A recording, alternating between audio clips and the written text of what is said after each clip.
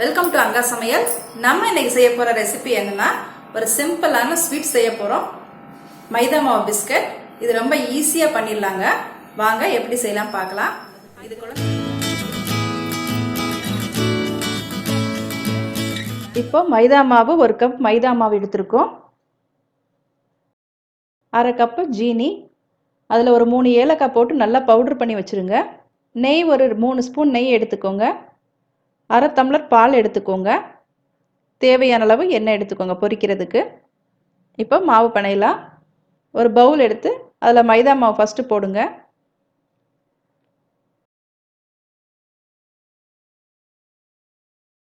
ஒரு அரை கப்பு ஜீனி.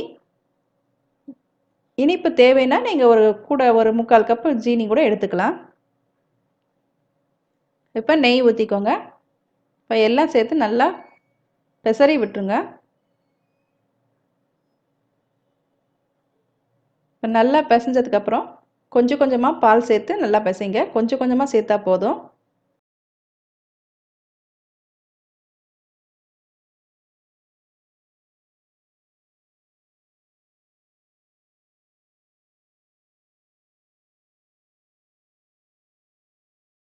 கொஞ்சம் கொஞ்சமாக பால் சேர்த்து நல்லா பெசரி விட்டுக்கோங்க. நல்லா பிணைஞ்சு விட்டுங்க. இந்த பதத்துக்கு வரணும். இப்போ நம்ம மூடி வச்சிடலாம். ஒரு அரை மணி நேரம் ஊறுனா போதும். இப்போ மாவு ஊறிடுச்சு நல்லா. இப்போ தொட்டு பார்த்தா இந்த சாஃப்டாக இருக்கணும். இந்த அளவுக்கு இருந்தால் போதும்.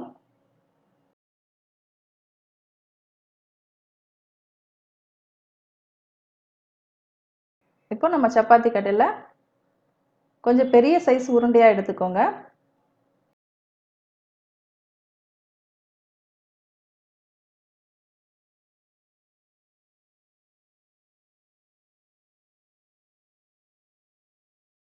நல்லா உருட்டிட்டு சப்பாத்தி தேய்க்கிறத விட கொஞ்சம் திக்கான பதமாக நம்ம தேய்க்கணும். கொஞ்சம் கனமாக தேய்ங்க.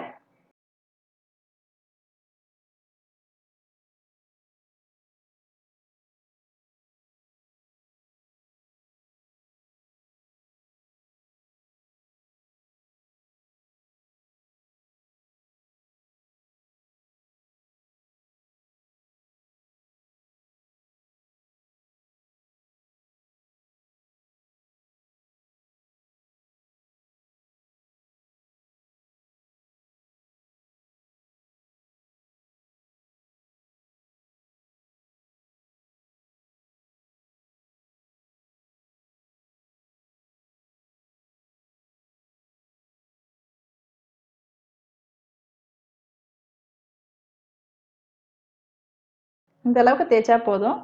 இந்த அளவுக்கு தடிமனாக இருக்கணும். இப்போ நம்ம கத்தி வச்சு கட் பண்ணலாம்.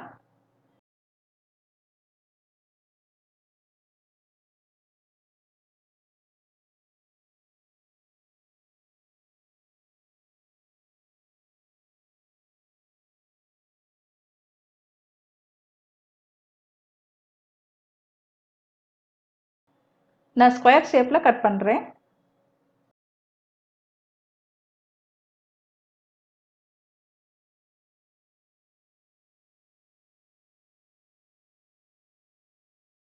இதே மாதிரி டைமண்ட் ஷேப்லேயே நம்ம கட் பண்ணலாம்.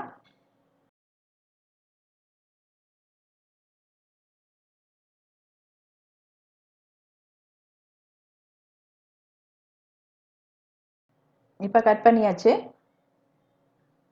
தனித்தனியாக எடுத்து வச்சுருங்க.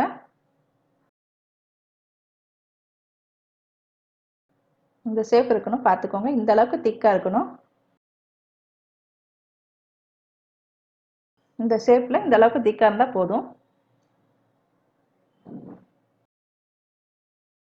இந்த மாதிரி எல்லாமே கட் பண்ணி வச்சுருங்க. இப்போ நம்ம பொரிக்க ஆரம்பிக்கலாம். ஸ்டவ் ஆன் பண்ணிக்கோங்க. வானொலி அடுப்பில் வச்சு எண்ணெய் காய வச்சுருங்க. எண்ணெய் காஞ்சதுக்கப்புறம் ஒவ்வொன்றா பொரிங்க. ஒவ்வொன்றா போடுங்க, சேர்த்து போடாதீங்க.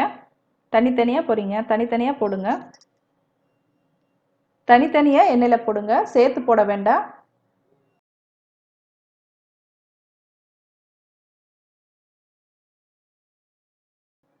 சிம்லே வச்சு பண்ணுங்க. ஹை ஃப்ளேமில் வைக்க வேண்டாம்.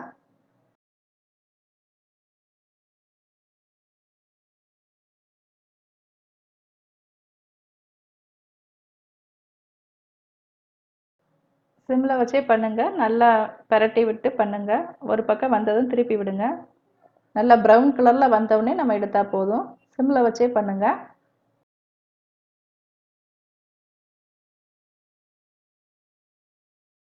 நல்லா 2 பக்கம் வெந்ததும் நல்லா ப்ரௌன் கலரில் ஆயிரும். ப்ரௌன் கலரில் நல்லா வாசம் வருங்க. இப்போ நல்லா 2 பக்கம் ப்ரௌன் ஆயிடுச்சு. இப்போ நம்ம எடுத்துடலாம். இந்த அளவுக்கு கலர் சேஞ்ச் ஆனோடனே எடுத்துருங்க. ரெடி ஆயிடுச்சுங்க. நம்ம இப்போ எடுத்துடலாம். பாருங்கள் எவ்வளோ சூப்பரான சுவையான ஒரு மைதா பிஸ்கட். இது எல்லாருக்கும் ரொம்ப பிடிக்கும். குழந்தைங்களும் நல்லா விரும்பி சாப்பிடுவாங்க. இந்த வீடியோ உங்களுக்கு பிடிச்சிருந்தா லைக் பண்ணுங்கள், ஷேர் பண்ணுங்கள், கமெண்ட் பண்ணுங்கள், சப்ஸ்கிரைப் பண்ணுங்கள், பக்கத்தில் இருக்க பெல் ஐக்கானை கிளிக் பண்ணுங்கள். தேங்க்யூ ஃபார் வாட்சிங்.